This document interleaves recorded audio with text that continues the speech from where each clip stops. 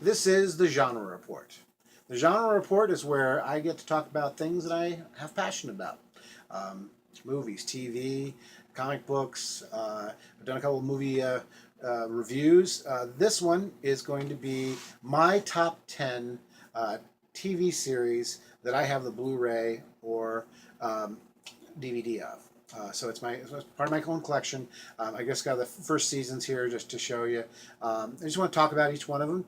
If you're looking for a TV series to watch and you haven't had a chance um, to see one of these ones I'm offering, check them out. I do recommend them. So I've done this video a couple times now, and I've said I recommend every single one of them. I'm going to say recommend up front, so that I try not to say it later. Okay? All right, so here goes. And the first one, number 10, comes in at Dead Like Me. All right, Dead Like Me is a story of a girl who becomes a Grim Reaper, and she has to go and take the souls of people just before they die a horrific death. You have her name's Ellen Muth, who's the actress. It's got a great cast. Mandy Patinkin plays the her handler, and it's just a lot of fun. There was only, like I said, there was only a few seasons, and then it finished off with a movie. Highly recommend. There's the first highly recommend. It's a new drinking game. If John says recommend too many times in the recommend video, are you counting? I didn't count. I mean that was all right. So, Dead Like Me, check it out. Next one up, a cult classic. This is the one that really defined how bad Fox can be. Yep, Firefly. This is the one where basically a absolute awesome show only got one season and was axed by Fox. Which also took out my other favorite show, Almost Human, way too early. So this is a show that should have been on the Sci-Fi Channel. Why the Sci-Fi Channel chooses to show ghost hunters 24/7 instead of watching great shows like Firefly, I do not understand, and I will never understand. They've gotten better. There's the Killjoys and Dark Matter. Great steps in the right direction. But this is the show they should have picked up back in the day. Um, I actually did not really like Firefly at first. I fell victim of the pilot not showing up first, and I said I don't get the show. Then watched it in its complete set there after the fact when it was on DVD. Absolutely love it. Highly recommend you pick up Firefly and binge it over and over and over again. And if you caught it, that was another recommend. All right. Next one is going to be we are on number, I can count, 8. This is Jericho. Jericho is a post-apocalyptic series starring Skeet Ulrich, and I'm probably going to murder the pronunciations of names, so I apologize if anyone is offended by that, but this is who I am. But Skeet Ulrich plays a guy who comes back to his hometown literally as the world ends. Literally, the bombs go off, and there's nuclear bombs in all the major cities. And long story short, we get him and in his hometown with his estranged family, and his father's Gerald McCraney. And they're surviving the apocalypse. I'm actually a big fan of the apocalypse. I'm not sure exactly why that is. I am a post-apocalyptic genre fan. Anything where there's just a survivor after the fact is something I enjoy. This is one of the best. I do recommend. There it goes again. I'm just gonna say it probably, but yeah, we'll count them. So if you get a chance, Jericho, lots of I want to say it's lots of fun, but it's actually a really serious series. But it's people surviving, and that's one of the things I've always enjoyed is the survivor story. I actually liked Postman. No one liked that movie, but I thought it was a great story of survival after the fact. Jericho. Next one is Dead Zone. Dead Zone, we are talking number 7. Count backwards, can I? Dead Zone, starring Anthony Michael Hall, Nicole DeBoer, and also other great cast members who I don't memorize names very well. So, but great cast. I do recommend. I hope. I hope that you check this one out. Dead Zone has some great special effects. All but the last season had some great stories. Last season, it had some good stories, but it really suffered from the move from one Canadian city to the other. They thought that they were going to be canceled, and then they got picked up, and literally they kind of slapped that last season on the end. So that was a disappointing season, but it had some great acting in it, and I watched the whole thing. I'm a completist, but Anthony Michael Hall from Weird Science, from Breakfast Club. He's a grown up in this one, and he really just nails the character. Also, based on Stephen King, and there was a great Christopher Walken movie that did the story justice, but this one here really was great episodic. Had a nice overreaching arc, but really it nailed the story of the week kind of concept. They did a really great job on that. So I do recommend. I do hope that you can pick this one up. All right, and number 6, Pretender. Michael Weiss, Andrea Parker, also another group of great cast members that whose name I can't remember at the very moment. But the series was amazing. It stars Michael Weiss, like I said, but the character of Jared is a genius who can become anyone. So it's kind of the old Man of a Thousand Faces story. And every week you're wondering what's he going to be next, and then he also. But what's really beautiful is how he kind of gets revenge for people and gets it has the bad guy get the comeuppance at the end of every episode, but it's got a great overreaching arc. He's being chased by this nefarious agency called the Center, and they want him back, and you get flashbacks of what happened before, and you find out other things that happened there. So there's a real onion that gets peeled there of mystery that you really never get the full story on. Even in after watching the entire series of Pretender, there's also 2 movies that they had that they finished the series with, and I really wish they'd gone a little bit further, because I really would love to have seen that. But Pretender is just he one of the things he has a stolen childhood, and so the way he looks at the world was really really well done. They have this his one of his little things, and this is not a spoiler alert, but he is fascinated by Pez. So there's Pez in almost all the episodes, and it's just it really is a great series. It's been a while since it was on, and I don't see it in reruns. So if you get a chance to pick this one up, I just think you should definitely do that. So. All right, and we're down to the last 5. Coming in at number 5 is a series that halfway through the creators and directors of the series basically said, we don't care if no one new starts watching this show, because we're going to just do fan service. We're going to throw it out the window. Yep, that's Lost. So halfway through, they basically, the storylines went so bizarre that if you came in the middle, you'd be like, what? Actually, if you come in the beginning, you're like, what? Just a Really smart show.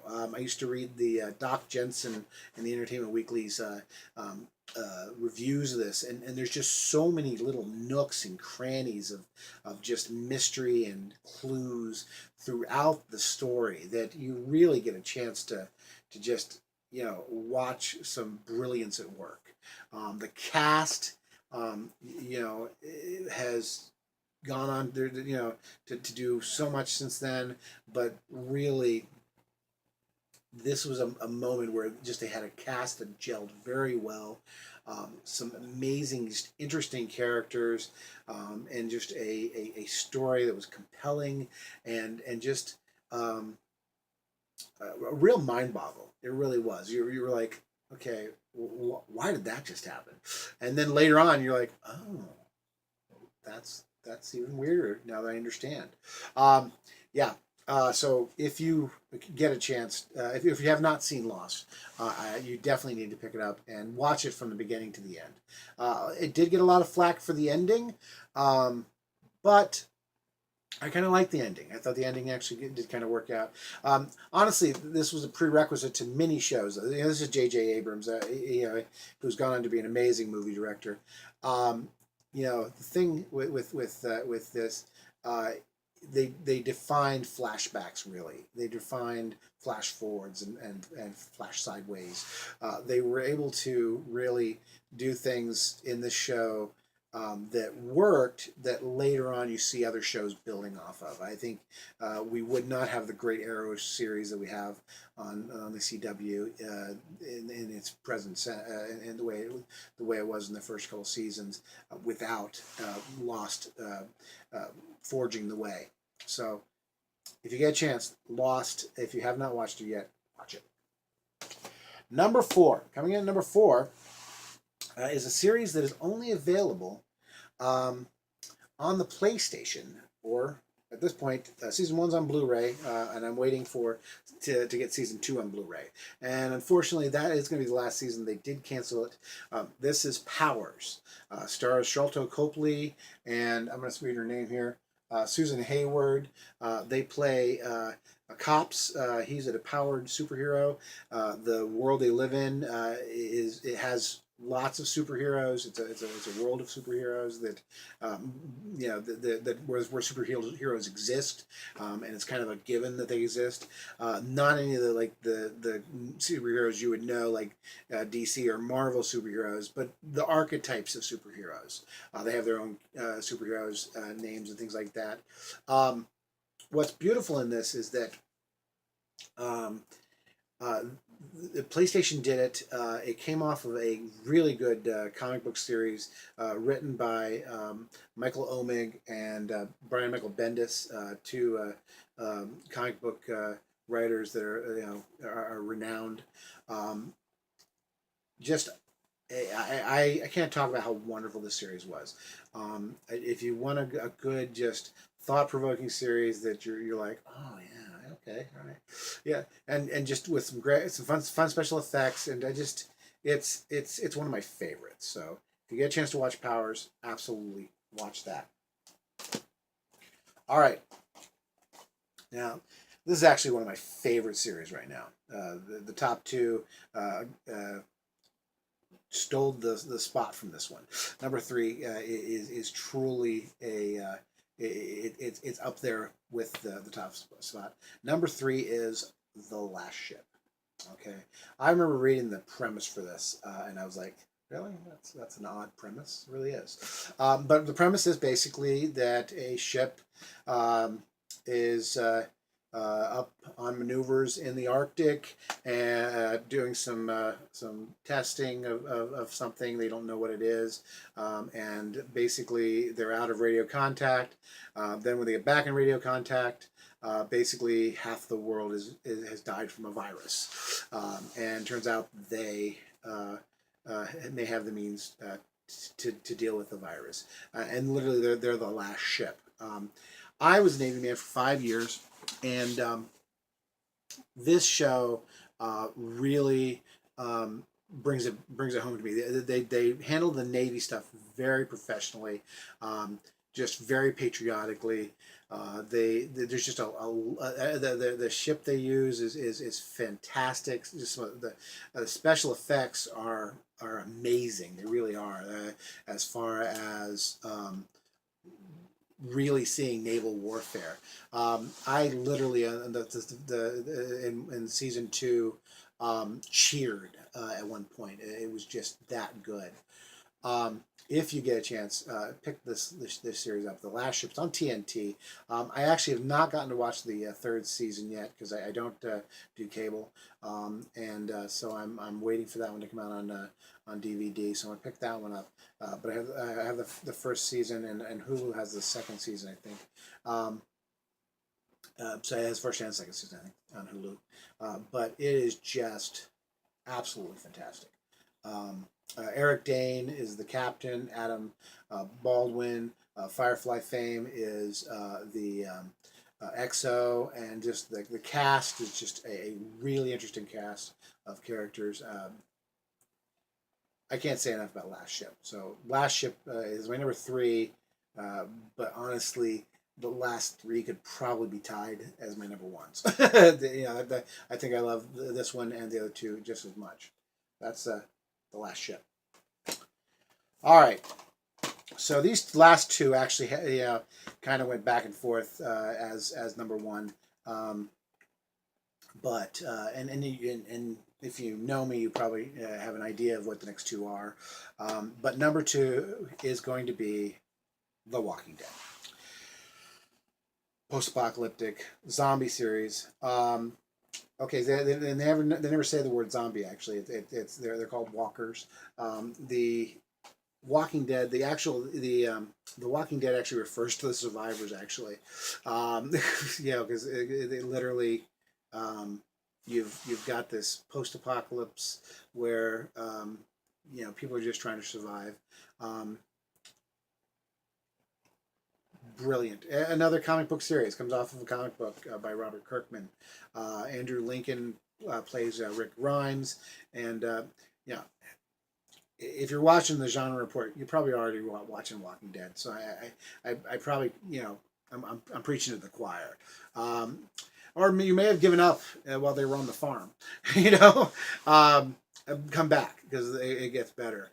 I'm interested to see next season. I was a little bit. I was one of those ones a little bit disappointed at the finale, but I'm looking forward to seeing it come back. I never miss a show. I actually go and see this at the Gateway, the Gateway Film Center down on campus at Ohio State University. Has you had the ability to watch TV for free on the big screen. It only costs $2 to park. Best $2 I ever spend. I'm actually watching Fear the Walking Dead, the spinoff of this right now. Sunday it'll be there at 9:00.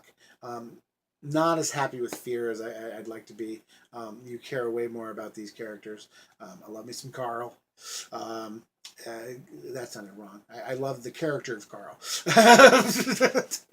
but yeah, I do recommend The Walking Dead, and there you catch another recommend right there. So that would be The Walking Dead. Now, if you have not already guessed number 1, you haven't been watching long enough. I know this is only the third one, but even in this episode. Because it's pretty obvious who number 1 is. And if I had the theme music, if I had the ability to do that, one of these days I'm going to get real professional and I could actually bring the theme music in there because I definitely would. And that would be Game of Thrones. Yeah. Game of Thrones is my all-time favorite TV series that I own and probably that exists. Love me some Game of Thrones. In the Game of Thrones, you either win or you die. As far as Game of Thrones goes, I've read the books. I've listened to podcasts about the books and the TV series. I have read books about the series. I can't say enough about the series. It's one of the ones that really turned a lot of expectations on its head to create its own expectation, really, almost. So, like I said, no spoilers here, but absolutely, last one, recommend the Game of Thrones. The series, the first season is amazing. The first season is a great foundation, and you're able to really watch a lot of the characters grow throughout the different seasons, and it's still going. So cannot wait for Game of Thrones to come back. I get a little excited when I hear the theme song and I have it on my playlist. It's that much fun. My favorite characters, I will say, are Jon Snow, Arya, and Tyrion. Yeah, but I think I am with everybody else. I have a Targaryen banner behind me, and that's mainly I want to say because I won it. But I would consider myself more of a Stark fan, actually. Arya is probably my favorite. Yeah, when it comes down to it, Arya and Needle. If you have not watched Game of Thrones, it's time. As George R. R. Martin, the creator of it, said, if you want some spoilers, they're in the books. So you can read the books first and then find out what happens in the series. The series right now has caught up with the books, and actually the series actually has a little more information than the books. But I will buy Winds of Winter when it comes out.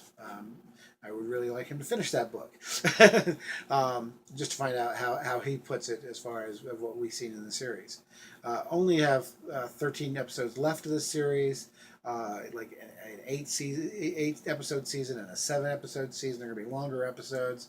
But I know a lot about Game of Thrones.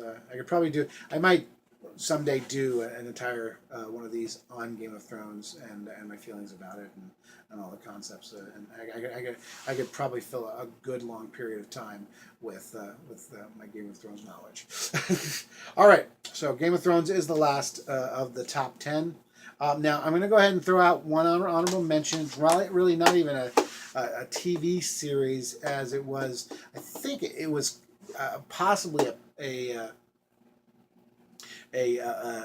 pilot that they had planned on maybe making a series out of it. It's more of a mini series, but I really enjoyed it. It stars Peter Krause, and it's called The Lost Room. If you have a chance to see this, please see it. It is such a good series, or such a good mini series. So I'm gonna throw that out as my honorable mention to my favorites list. It is The Lost Room. Just a really interesting concept and really just a fun mini series. So I'm gonna throw that as a mini series that I really like. Like I said, I had a really hard time picking my top 10. I have another 10 in the wings of classics that I'm like, really, I got to put this one in. I got to put this one in. I did not put them in. So I will actually probably do a top 10 honorable mentions on my next video, or video down the road. I'm not going to commit to getting that one out just yet, but I have another 10 that are ready to say these are my other 10 favorites. There's so many other series I want to pick up. I want to pick up Stranger Things, as I said. I want to pick up because I'd like to see there's some extras on Stranger Things. I want to pick up the Shannara Chronicles. That was an amazing series. Some of the ones I don't own because I don't really buy as many DVDs or Blu-rays as I used to. Arrow is so great. Flash, Supergirl, those are great. Well, right now, a reality series that I'm really enjoying has got to be Better Late Than Never. That first episode was hilarious. So if you haven't, if you want a really good time and a really good laugh, definitely check out Better Late Than Never on NBC. I'm trying to think what day it was. It might have been Monday or Tuesday night. It was one of those nights, and it's got William Shatner, Henry Winkler, George Foreman, and what is his name? Football player. Yeah. The nerd forgot the football player's name. I think that's hilarious. Terry Bradshaw. Got it. Okay, so Terry Bradshaw, all four of them, and then a guy who is like their sidekick, whose name I don't know.